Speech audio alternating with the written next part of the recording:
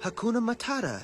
It's something I learned out here. Look, sometimes bad things happen. Simba! And there's nothing you can do about it. So why worry? Because it's your responsibility!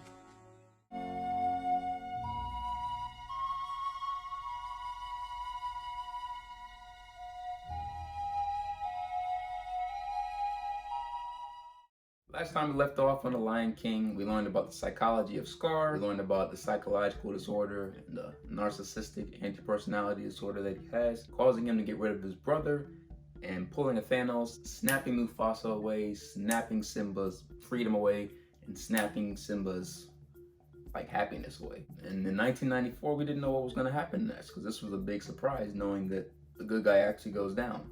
So, surprise, surprise, Simba makes it. However, Scar lies to the whole entire kingdom. Shocker. He lies about Mufasa's and Simba's death, and he takes over Pride Rock.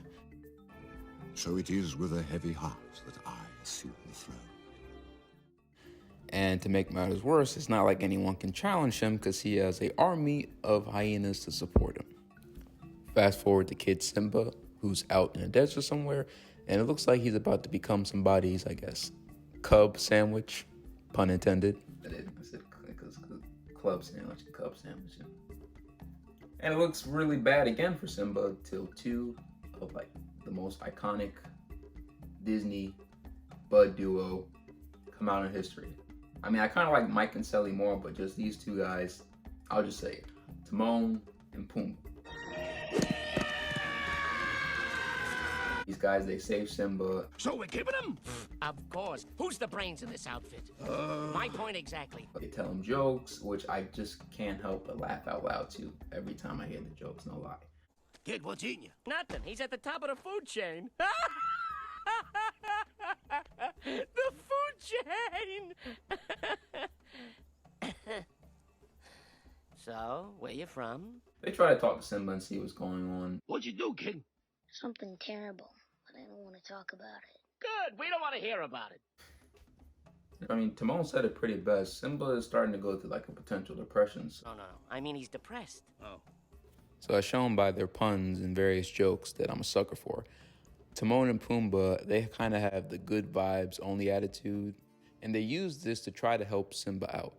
Now, even though it seems like Timon doesn't care, eventually Timon teaches Simba a very, very new lesson that will stick with him for a very long time. They teach him two words. They're the most catchiest, upbeat, motivational quote words that I guess I'm just gonna play for you guys. Hakuna Matata. They teach him this problem-free philosophy, and next thing you know, his cares go away completely, for a long time, like a really long time, as you can see in the photo. He probably gained a good 400 pounds of just lean muscle. So the psychology of Simba right now is, why be concerned about the past? There's no need to worry about my past mistakes. Let me relax for a little bit. The saying is, treat yourself. Don't cheat yourself. I mean, there's no need to worry, because my life motto from now on and forever is going to be none other than Hakuna Matata. Talk about having a self-care day, am I right? And you might think he's actually happy. He's having a very self-care lifestyle. Until he's reminded of his dad, aka the past, aka his responsibility. Ever wonder what those sparkly dots are up there? They're fireflies. I always thought they were balls of gas burning billions of miles away. Simba, what do you think? Somebody once told me that the great kings of the past are up there. Really? You mean a bunch of royal dead guys are watching us?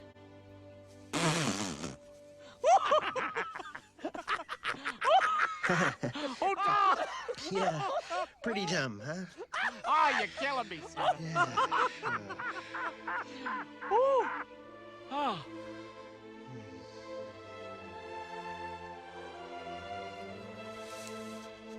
Was it something I said?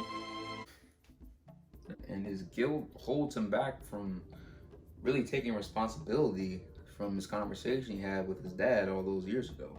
But little does he know that his grief will soon turn into joy, We'll get back to that, but for now, fast forward to Timon and Pumbaa. Fast forward to Timon and Pumbaa jamming to The Lion Sleeps Tonight.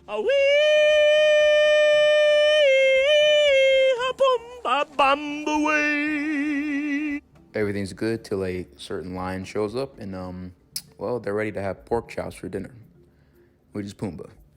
Let the running begin. She's gonna eat me! Huh? And Simba saves the day. Well, not quite. Nala? Who are you? It's me, Simba.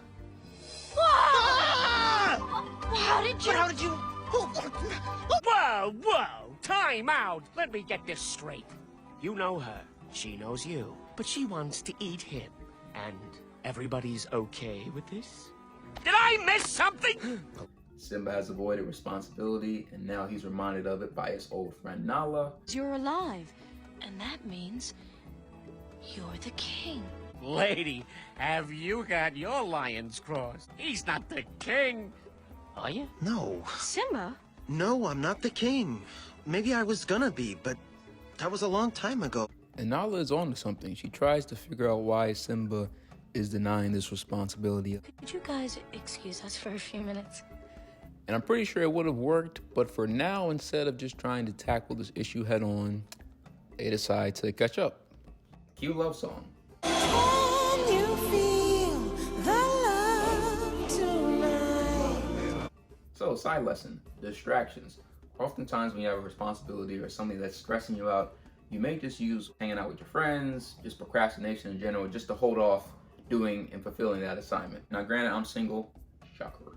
I can only imagine that this song is displaying just the insecurities people may have for one another, and sometimes to avoid those insecurities, they'll joke around, they'll play around, and they just avoid that feeling of vulnerability, which as we showed in the last video, is nothing to be ashamed of. And bravo, like this is actually a really good distraction for both of them.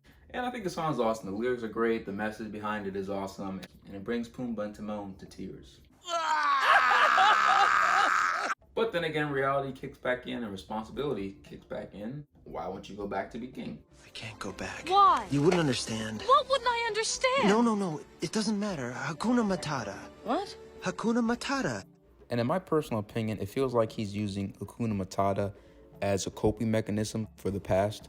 And he's had all this time to not worry about his past and to have this, carefree attitude. And while that's great to have at times, he still hasn't really taken responsibility and handled all the traumatic events that have happened to him.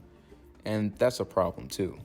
Now they start arguing, and just like a couple of middle schoolers, they go through a mini breakup, if you will. Shocker.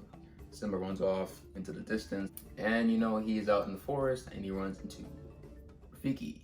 He sings the squash banana song.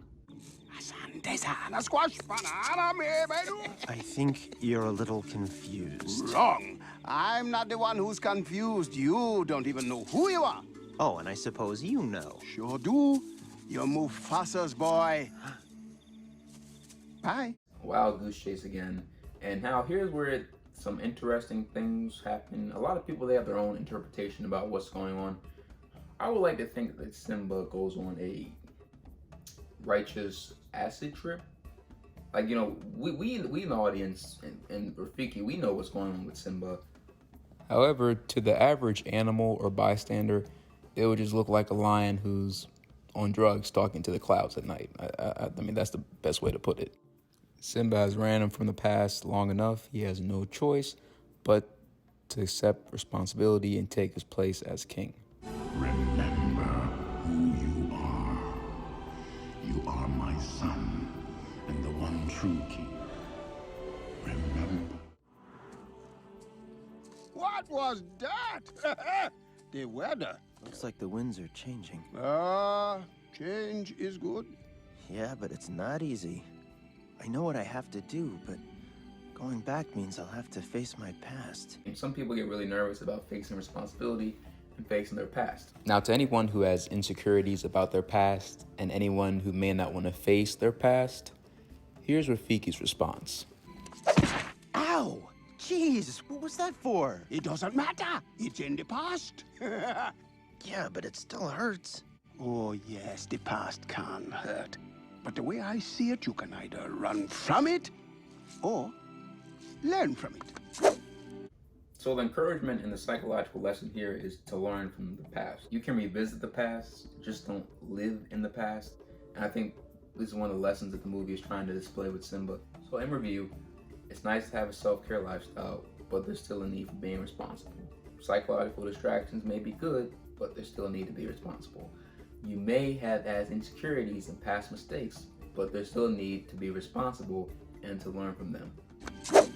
Ah! You see? So what are you going to do?